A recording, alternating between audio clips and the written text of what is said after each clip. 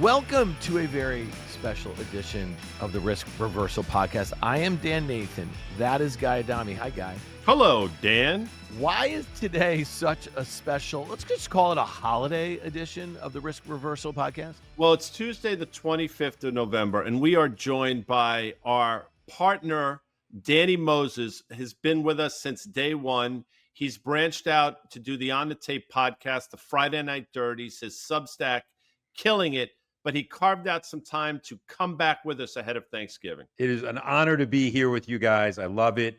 I can't think of a better way to kick off Thanksgiving week than to see your faces. So, all right, just to reiterate, Danny has the On the Tape podcast. This pod is going to be in that feed. So if you were listening to it in our feed, want to make this really easy here, people, go over to the On the Tape feed. Follow that. Danny's had a murderer's row of weekly guests over the last, I don't know, I want to call it 6 to 9 months. Also, he has a Substack that is growing fast. I think you have over 4,000 subscribers since you launched that a couple months ago. So check that out. Vinny and Porter are contributing to that. And then on Friday afternoons through the Substack, the Friday Night Dirty, where you guys are opining on some stuff that happened that week, having a little fun. You get Danny's NFL picks. Stick around for those. We got a lot of stuff to talk about. It seems like AI all the time is the story, but over the last month or so, it hasn't been this sort of euphoric sort of driver of the markets. We have seen a broadening out. Just to give you a little taste of that, in this afternoon of trading, we see an S&P up 65 basis points, but we see an equal weight S&P 500 up 1.35%, Danny. What does that mean to you as far as this talk about the concentration, the talk about these large names doing all the heavy lifting? Are we starting to see something different in the markets? actually, it's somewhat healthy. You're taking market cap out of NVIDIA. It's being spread around a little bit. So everything's kind of, I think, working like you think it would. If NVIDIA is getting a little bit commoditized, who is picking up the slack? Is it Google? Is it Meta? Is whatever it might be? Are there competing chips? So I think that's healthy. Even during the sell-off, the most recent volatility, you saw some rotations occur within the S&P. So this has been volatile at times, but in my opinion, very orderly. And let's not kid ourselves. The backdrop of all this, the time of year that we're in, the Fed's coming. There is literally no economic data that's going to dissuade, I think, the Fed from cutting at this point. So it's probably just, put your brain in the freezer right now and just kind of glide into year end, which is what, as a money manager, I think everybody wants to see. It's amazing, Danny. Last week, the market was singing an entirely different tune. The VIX was north of 25. The S&P 500 was flirting with 6,500.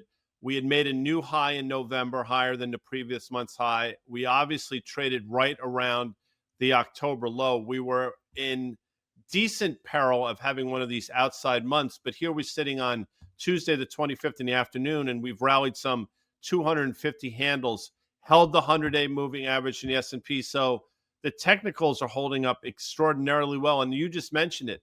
As we get into December, that's next week. Seasonality starts to kick in. So just thoughts on the resilience of the broader market in general.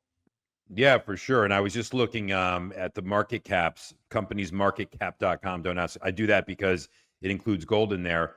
But if you look and just see, kind of listen, it's still very top heavy, but you have Apple now right on the heels of NVIDIA and Google right behind it. But yeah, and I think in general, rates coming down here now, 10-year back under that 4% key level, 2-year I think is under 350. Goldilocks is now, I guess, coming to Thanksgiving dinner, it appears, guys. So that's kind of where we're kind of hanging out. And the one thing that has surprised me the most, I would say, is kind of the breakdown, which I will call it a breakdown in crypto. And yet the market held in. You were basically tied to the hip with kind of the Qs and Bitcoin and so forth. And that kind of separated it. Again, I think that's healthy as well as people discerning. So overall, I'm pretty impressed with what you just mentioned, Guy, with the market being resilient. And so, yeah, it's definitely setting up, I think, at least for the market to hold. I mean, we are seeing a broadening out and some dispersion within the Mag 7, right? So the fact that Apple has just levitated and gone up every day, it's important to note that it still underperforms the S&P 500 and the NASDAQ year to date. It's up about 12%. We've seen The Amazon not trade particularly well, I know of late, but it's only up 5% on the year. Meta is up about 8% on the year. Tesla is up about 4% on the year. So the Mag 7 is kind of coming apart a little bit, but Google up 18% or so over the last month, is up 70% on the year. So it's massively outperforming almost all of the Mag 7. And so that's important to me, because if the market is going to continue to rally, you're going to need some of these other groups, and you're going to have to see them unite powers a little bit, because we know how small, right, some of the weightings of these groups are in the S&P 500. But let's just take a minute, because, NVIDIA is down about 18%. The story on Monday night that is driving a lot of this performance is that Meta is going to contract with Google to buy their TPUs, their tensor processing units, which are a competitor to NVIDIA's GPUs. Now, we know for the last 2.5 years, it really has been the only game in town, and that's NVIDIA, right? So all of a sudden, you're starting to see these other potential customers. AMD got that huge order from OpenAI, I want to say about 2 months ago. We're starting to see the custom silicon. We're starting to see Broadcom and Marvell, contract with a lot of NVIDIA's customers. So if NVIDIA were to kind of take a back seat, there are some potential for these other names to pick up some slack, Guy. And I think that's the story of this tech trade and how it broadens out, because even if you have some of these fall by the wayside, it doesn't mean that tech can't continue to rally. Yeah, that's the hope for tech, is that it broadens out, to Danny's earlier point. The flip side of that coin is there's a rotation completely out of technology. One of your CNBC brethren, Katie Tarasov, I tweeted it out. We'll put it in the show notes. Did a kind of a 16-minute video on breaking down the landscape that Dan just alluded to, the Broadcoms, the Taiwan semis, everything. And I think for someone like me who's not deep in the weeds of this, it was a great tutorial. And my last takeaway on that was that Apple, kind of at the very end, that there will be chips that are installed on your consumer, electronics at some point in the next few years, which will create a product cycle for sure. And Danny, one other thing there is a great article in the FT Alphaville. OpenAI needs to raise at least $207 billion by 2030 so it can continue to lose money. This is HSBC saying this estimate. And Guy and I have been saying this now for a long time. I mean, we just talked about the Mag 7. OpenAI is like this shadow tech stock out there. And this article, we'll put it in the show notes.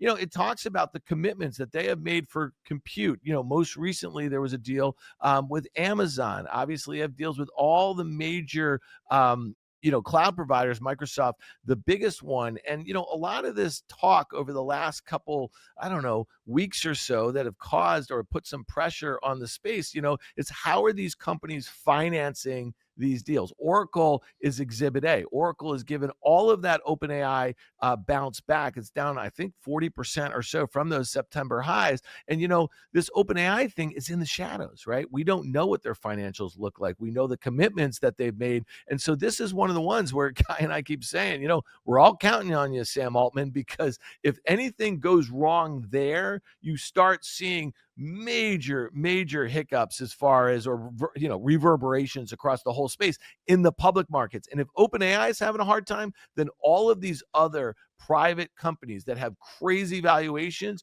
they're going to start seeing marks lower. And you got to remember, who is funding these private investments? Their pension funds, their insurance funds, their VC funds. And if they're illiquid and if they're taking marks, a lot of these companies, especially on the public market side, which is pension and insurance companies, they may have to sell stuff in the public markets. Listen, OpenAI just wanted, when the books are written on this time period, again, AI is going nowhere. It's secular trade. It's great. But when they write the book 4 or 5 years from now, they're going to cite OpenAI's $6.6 billion secondary sale of insiders at a $500 billion valuation. Good on them. But you talk about ringing the register. I'm not saying quote at the top, but ever since that moment, Dan, the point you just made, it has been clear that the capital that OpenAI needs to succeed in this is a lot more than people had projected. In the middle of all this is Google coming on with another round of Gemini next edition that is proving to be better, obviously cheaper than ChatGPT. So what is the end game here? The point for the consumer, right? Commoditization of the space, and then obviously the lack of pricing power on the back end it's got to be somewhat concerning. And Danny, we've talked about competition coming for a while. And now it's seemingly, at least around the edges, you're starting to see glimpses of it in terms of the AI, the NVIDIAs, that whole chip trade. I've said this for a while, and I know you know this, you study this stuff. When margins start to deteriorate, and not even necessarily in a meaningful way, just when you have that inflection point historically, that's when you just got to get out of these names and don't look back, because rarely do they reinflect to the upside. So speak to that. Do you see that on the horizon? For sure. And again, I'll highlight Katie Tarasov's piece again. It made you think about reallocating, which is what we started the show with, which is just reallocating some of the market caps into various names in much cheaper ways. We talked about Google last year as a cheaper way to play AI. Gemini was on the Kalshi prediction market is what will be the number one application for using AI for the consumer. Gemini is now clear number one ahead of OpenAI. And so those are the things. So now you're kind of reaching the point where it's kind of spreading out a little bit, Guy. And so it's inevitable. It's commoditization. That's what happens. I'll say this again. I can't believe it's been a couple years now. So I'll say the same thing. Hardware chip companies don't maintain mid-70s% gross margin. Okay, good for them. They keep reinventing the wheel of a new product and a product suite, what NVIDIA is doing. And I won't go into their accounting or the depreciation or where some of the inventory is or the fact they've lent companies money or invested in companies to go and buy their product. We'll leave that to the side. But at some point, guys, that just comes in. It doesn't mean that the AI trade's over. One point's really interesting about the margin thing, and Guy's been, harping on this also. If this company, that being NVIDIA, starts to miss on those gross margin sort of estimates, and it gets a 6 handle on it, this stock will be cut in half at that point. There's no way else to think about it. That would be the Jay Giles band, Dan. That would be lights out. Flash. Is that Jay Giles guy? Sorry. Freeze flame. Okay. Anyway, sorry, Dan. I think, you got a little Jay Giles in me. Sorry. But you also made a really good point, and Guy and I have talked about this a little bit. I mean, that secondary sale by OpenAI insiders, $6.5 billion, that is minting 100 millionaires. You know what I mean? Before this company has ever really done anything other than put an LLM and a chatbot out there, all of their revenue comes from consumers paying $20 a month for that chatbot. And to the points that both of you guys have made, at some point, they're all going to be kind of the same. You know what I mean? They're all going to do sort of different things. So again, I think that this pressure on OpenAI to make money, it doesn't exist right now. It will, as they spend $1 trillion over the next few years, funded by all of these other sources of capital looking to get lots of alpha away from the public market. So again, I mean, this is going to be a story that I feel like we're never going to stop talking about. But at some point, I think we're going to have another DeepSeek moment where the Chinese, and it might be before President Xi comes over here or President Trump goes over there, they're going to remind us how cheap they can make these models and how the rest of the world might opt for their options as opposed to ours, which are going to be, just a lot more expensive to build. Let me jump in there. I'm glad you mentioned that, Dan. The fact that Taiwan could be a huge bargaining chip in these negotiations, and I'm not certain that the United States won't use Taiwan as some sort of sacrificial pawn to get some of the other things that they want. And I am clearly certain that outcome is not priced into the market. And I'm not saying there's a 60 or 70% chance of that, but there's probably a 25 to 30% chance of that, Danny, that in my opinion would be, and I'll use the word catastrophic to the market. So thoughts on that? Well, it's the reason that their Taiwan Semi is now building in Arizona, right? They're trying to get less reliant on Taiwan actually itself, but that's certainly a risk. And geopolitics will continue to play a role in the markets. And one other thing, just on the markets in general, tariffs, not quietly, are being rolled back. And so now the thought would be, I just want to bring it back to the market, just if I could for a quick second. If the job market is slowing, the economy is slowing. Both of those, I think, are true. We've seen enough data. Is inflation slowing down, or is it going to come back down enough to justify the Fed going and whatever? And again, I know Powell's gone in 3 meetings. It doesn't necessarily matter. But there is a real possibility here that we might see a little bit of trailing inflation rising a little bit, but that it might come in, just add a little more fuel. Again, not getting bullish, but if you want to take off the worst picture, which would be a stagflationary environment, it is somewhat being pulled back in conjunction with what you're talking about, which is dealing with China, rolling back tariffs. We've already taken it off coffee. We're taking it off meat. We're doing all those things quietly. And whatever the Supreme Court does or doesn't do, now the administration can try to save face, like, oh, we rolled them back anyway, and now we're sitting with this coffer and we're going to return it to the citizens. But neither here nor there. But I do think it's important to peel that back a little bit and bring it back to the market in general. Yeah, in some ways, you got to think that the Trump administration, rather than them have to pull back on some of these tariffs, they might like the Supreme Court invalidating them and just kind of moving on. Because if cost of living affordability is going to be such a deep, difficult issue, maybe they'll take that defeat.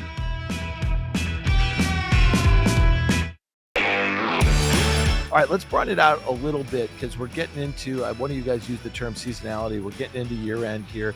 A lot of people are repositioning. We just talked a little bit about, like on a day like today, the equal weight S&P, right? Outperforming the regular weight S&P. Danny, let's think about some other sectors here. You know, you've been on the healthcare trade, in the pharma trade, and Guy has been tracking this for a while. There's been a lot of M&A, right, in the biotech space, and it feels like this is something that continues. How are you thinking about this sector here? Because all of a sudden, man, these things have absolutely ripped.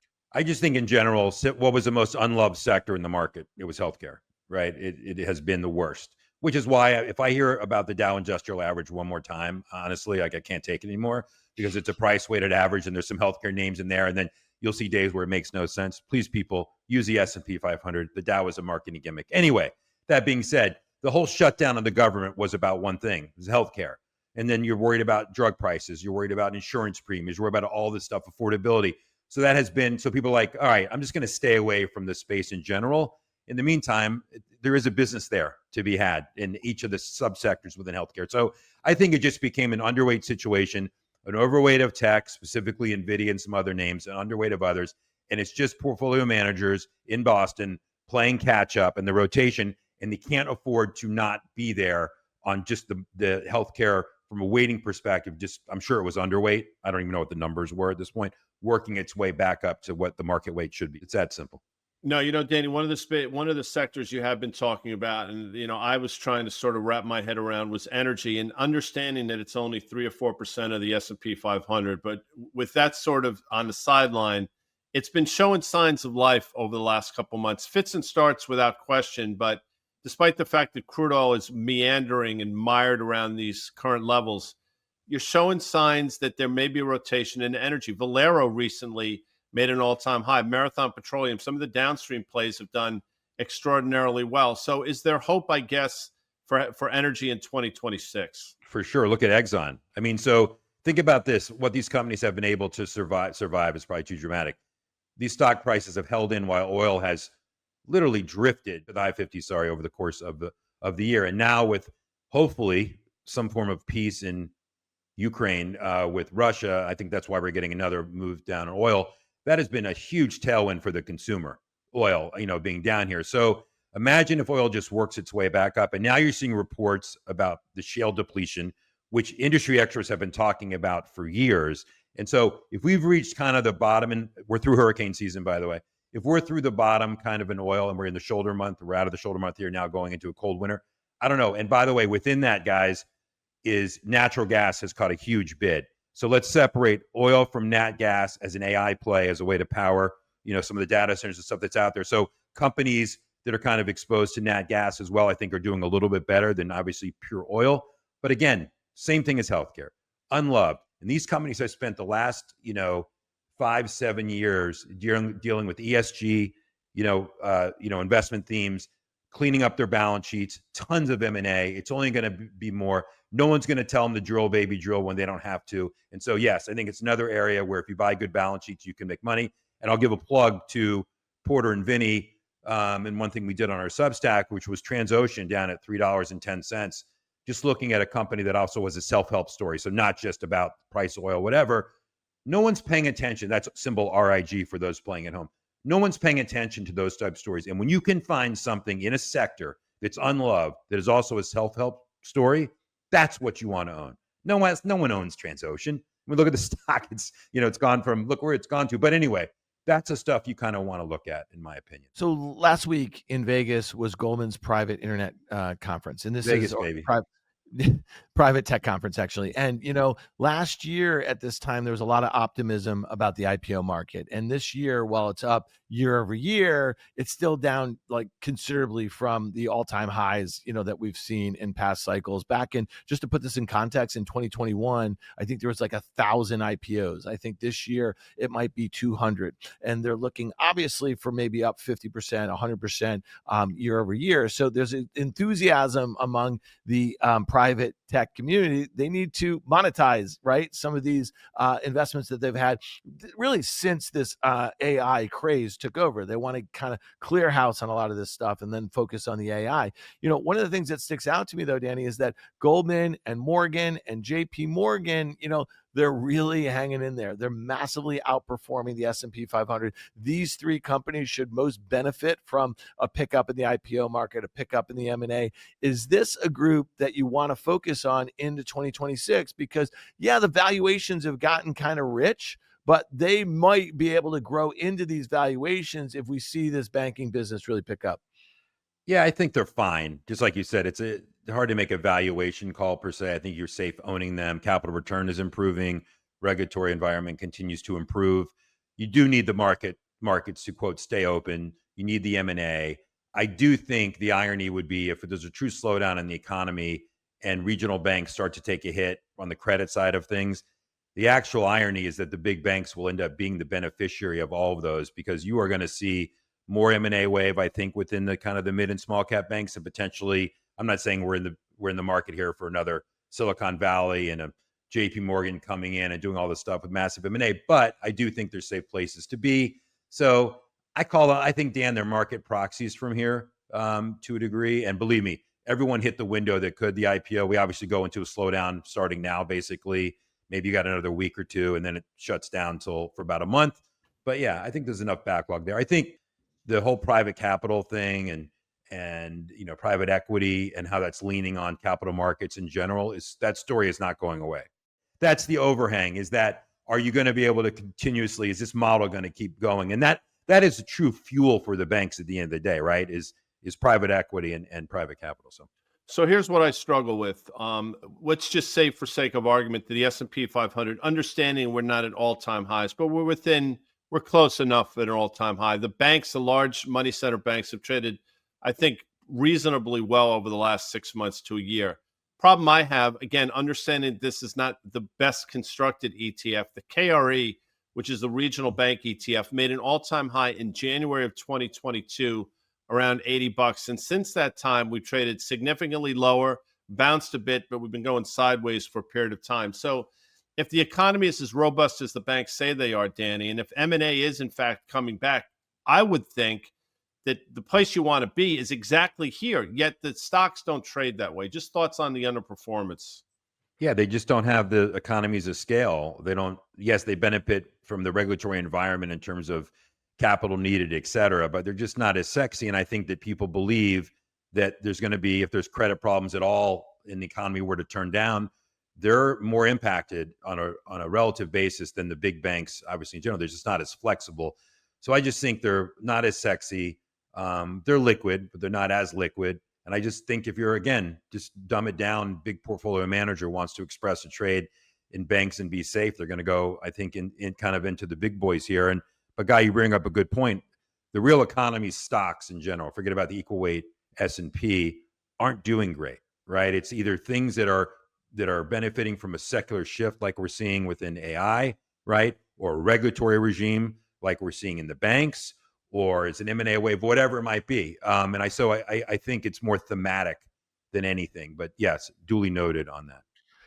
This, going back to private credit for a second, and this is a Bloomberg story that caught my eye this morning, and I love it, titled "Private Credit Sketchy Marks Get Warning Shot from the Top DOJ Cop." So this is Jay Clayton, the former head of the SEC during the first Trump administration. Now he runs the Southern District of New York, as the head prosecutor. So I think it's interesting coming from him, but he's talking about the marks that we're seeing among different private equity firms or private credit firms that have positions in the same, companies, that sort of thing, which I just think is really interesting because we've seen the back and forth. I think the CEO of Apollo, Mark Ronan, this morning was talking about, defending, their marks, defending, a lot of their positions. And then you have Jay Clayton, which, I think for the most part, as the head of the SEC, was kind of a friend to Wall Street, a friend of the investment community, and now sitting in a different seat. I just think it's interesting talking about stark differences in marks among competing firms, how they value private assets. Thought on that, Guy, because this is something that if you're a stock market junkie or jockey like us, it's kind of hard to get your arms around what all these billions and billions, hundreds of billions in private credit, which are outside the traditional regulated banking system, what that means for just the financial fabric of the markets that we participate in. Well, the game is, as long as we don't have to mark, as long as nobody's forcing us to market our books, we'll just sort of wait it out and hope things come back. And that's sort of, to a certain extent, that's sort of the same game that the Treasury is playing in terms of continuing to basically put out short-term paper, hoping that rates sort of move their way. So inevitably they can sort of issue some longer-term stuff. And it's a waiting game, but it's also, you think about it, you're on the tightrope. You really hope that the ground doesn't shift materially under your feet, or redemptions start to happen to the extent that they can, because then things obviously have to get sold at current present values instead of the mark-to-market value. And there's a huge risk there. I mean, Danny probably has the numbers in front of them, but clearly an S&P at all-time highs is not taking any of that into consideration. And maybe it shouldn't. Maybe it's one of these games where things will get back to those levels over a period of time. And we can't be alarmist by saying they should be marking the market. But the longer this goes on, the more concerning I think it gets. Yeah, for sure. By the way, I think SoftBank was part of that too, of mismarking or had a different mark on certain assets. It should be interesting going forward. And I wanted to mention one thing, just in the Fed in general, the Federal Reserve. They've rolled out John Williams twice in the last 3 weeks, once in Germany. Obviously, he was speaking, and then once recently. For people that don't want to go and deal with the plumbing in the financial system, just understand the New York Fed basically runs everything. When he speaks, he's the one that matters, especially with Powell becoming less and less powerful heading into 2026. So listen to John Williams and what he's saying, and he wants rate cuts because he knows what's going on, guys. So, all right. Sure. So let me go from Dan's DOJ to my BOJ. That, of course, is the Bank of Japan. And just against a backdrop of the Nikkei rallying 72% from the April low to the recent high. By the way, for you playing our home games, as Danny said earlier, Japan is the fourth largest economy in the world. Their market rallied, again, for emphasis, 72% from the April lows. Yet at the same time, Danny, we've had bond yields trading higher, some at historic levels, and we've had their currency weakening to levels that we basically saw in the summer of 2024. Elizabeth Thomas calls that a relationship problem. I have another name for it. The market does not care of any of this, but more and more people, I'm reading more and more about the problems with Japan. Thoughts on that? Because I know you follow it. Yeah, they got to deal with their inflation. They have to raise rates at some point, obviously, to come in and both protect the currency and obviously slow down inflation. So at some point, it's going to happen. You're getting mixed messages out of Japan.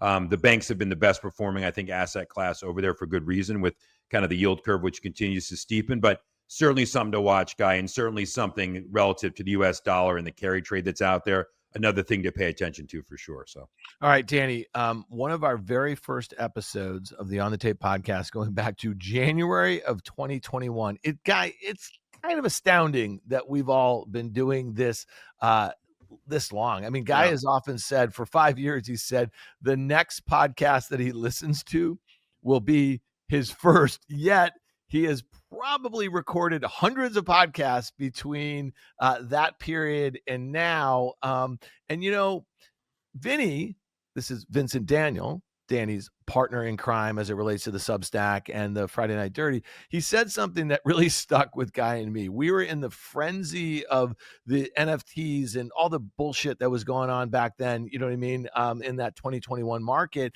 He said that Bitcoin is the perfect Ponzi. Do you remember that, Guy? And, you and I have thought about that a lot. And, Guy, just give me the 411, because you've been sitting there, you've been watching this thing. I know that you usually start by saying, I'm not smart enough to understand this, that, or whatever.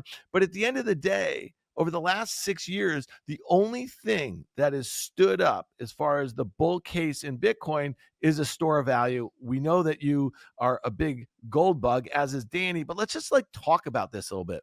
Again, you've forgotten more about Bitcoin than I know. Brian Kelly wrote the book of it. Danny understands this. I fail to see the utility in any of it, but it's not about me at this point. But what I will tell you is what I've noticed in a couple different things. This to me is sort of risk on, risk off. It mirrors the NASDAQ to a certain extent, and it obviously has not traded well since making an all-time high in early October. We've gone from about 125,000 or so. I think at one point we traded around 80,000 of Bitcoin. We've subsequently bounced. I think, Danny, it's as simple as this. I think when the Fed is dovish, I think Bitcoin enthusiasts love it. I think when the Fed turns hawkish, they sort of step on the brake a little bit. And I think to a certain extent, that's what we've been seeing. I think Bitcoin absolutely needs a rate cut in December. I think if the Fed, for whatever reason, decided to pause, I think that would be the next leg lower in Bitcoin. But I also think there's something else going on. The ground is shifting below the feet. And, we've mentioned MicroStrategy or now Strategy hundreds of times. I will say I consider Michael Saylor a friend, but my concern has been, Danny, that if and when the price of Bitcoin trades down to or around the average price of their holdings, which now is about 75,000 or so of Bitcoin, some really weird things would start to happen. And actually, that's what's been going on. More and more people writing about it. And more people, I think, are concerned about it, not to the extent that it affects either Bitcoin or MicroStrategy or strategy, but potentially the impact it could have on risk assets in general. Thoughts on that? When you have these, call them MNAVs, or these, crypto treasury companies, it's great. And when they're above 1x, or 2x, 3x, it feeds on itself. All of a sudden, when you drift back towards below 1x, to your point on MicroStrategy, or right at it or getting close to it, it actually becomes a negative feedback loop, right? Because we're like, oh, now you're going to have to liquidate. Plus, what's been going on, obviously, in the sector is you've had a couple of cybersecurity events. You've had some, quote, liquidations that you hear about, quote, software glitches, quote, all these things that you don't have to think about in what? Gold. And so if you want to tell me that your thesis on Bitcoin in general, and people that are out there, again, good on you, I'm not going to take a position on it, is because fiat currencies and all the things, and it aligns with gold. Great. I prefer, and so does Guy, and I think so does Dan. Maybe not Dan. Maybe you do, Dan. Prefer gold over Bitcoin to express that theme, right? Of that in a hard currency, because it's proven over 5,000 years. And so your point that Dan opened with about Vinny calling it the greatest Ponzi scheme. Ask yourself this question: as it drifted from 125,000 to 85,000, what is the buy point and why? What is it? It might just go back up because it goes back up and there's more buyers than there are sellers and there's hodlers. And I understand the argument that it's never coming out of X amount of Bitcoin holders' hands potentially. But again, I just don't know. I'm not smart enough to figure that side out. I respect and appreciate, I really do, all the brilliant people that are involved in the sector, and they've been right for a long time. And I'm not saying shorted at all, but I go back to one thing. You craved, this whole idea of wanting regulation was the antithesis of what Bitcoin represented in the first place, right? So that to me will always be the irony of it. So again, stay away from these treasury companies. If you want it, just buy the underlying crypto itself. But look at gold. And I would say this: gold has now separated itself really for the first time in a long time from Bitcoin. Look what gold has done while Bitcoin has gone from 125 to 85, right? Gold. So anyway, I know we can go on gold forever, but still, we could all go back and forth between gold and nerd gold. And, one of the things that if they're both deemed to be a store of value, one has been really tradable. One has turned into a sort of risk asset. And I know that there's been a whole host of folks, including central banks, which you guys have been detailing, who've been piling into gold, right? But when you talk about the regulatory sort of framework, it really is, the Genius Act is about stable coins, right? And it's about, and there is no doubt about it, there are very serious organizations that are focused on stable coins. MasterCard and Visa just last week are talking about how they're moving into it, right? So there will be a bid for Bitcoin. I think you're seeing obviously a bit of unwind. I really do think it has something to do with these treasury companies. I mean, look at this strategy. It has not seen an uptick in about a month and a half. And so there's an unwind going on here. But one of the things that's interesting, because, all of that leverage that exists because of these, these treasury companies, when the unwind happens, I mean, they're going to overshoot to the downside. And right now, if you were long Bitcoin and short, let's say, strategy, that was the trade. Our good friend Jim Chanos had that on, and he had been detailing it. And then all of a sudden, you start covering the thing that you're short, which is, let's say, in this case, MicroStrategy, and you sell the long, okay, which is the Bitcoin. The funky thing that's going on here is that the thing that you're covering the short of keeps going lower, but the thing that is meant to hold keeps going lower. And I think to Guy's point, there's going to be some weird stuff that goes on when his 640,000 Bitcoin are underwater and investors are looking to get out of the assets that they had bought from the company, right, to fund the purchases. Let's be very clear. There are people much smarter than us that have already figured out, and that could be the broker dealers themselves or people that are counterparty to some of these companies that are out there that know what Coinbase has custody, that they know exactly the positions. And again, people quote think they know because they're looking on a spreadsheet and they can figure out the MNAV, the NAV up to the second, but they don't necessarily know the exact. But there are people that do. And so what you see is basically forced selling, margin calls occurring. And again, the one thing that Gary Gensler, love him or hate him, and I know the crypto people hated him because he was just an obstacle, but he was trying to protect the retail investor from some of these crypto lending platforms, some of these leverage players around, some of these bad actors. Well, some of these people have been allowed back into the stew. And if I hear one more person say, Bitcoin's fine, it was just a, quote, software or tech glitch, this is supposed to be on top. So again, there's noise now surrounding it. So when you want more players to come in and you want leverage to come in and you want all this stuff, you're going to have to deal with that type of volatility. So you added volatility on top of what was already a volatile asset. The idea that these stable coins can't break the buck, we've already seen this with Tether, and anyone interested in this space are talking about how different it is this time. I don't know why you need hundreds, or maybe it's ultimately going to be thousands of stable coins. And we've been saying this, at the heart of the next crisis is going to be this risk asset that never got over the market cap of, let's say, NVIDIA.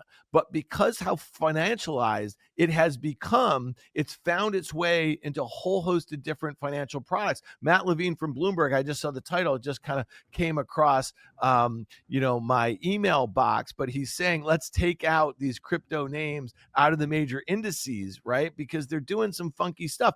Coinbase, which is meant to be, I guess, the most reputable thing in the entire crypto ecosystem, has been cut in half basically in the last 6 months or so. This is a company that has real earnings. This is a company that has tons of retail flow. It has the custody amongst institutions, that sort of thing. So the volatility that we're seeing among anything associated with me is saying something to me about the risks of this whole ecosystem. On a day where the S&P 500 is up 0.75%, Bitcoin is actually up marginally.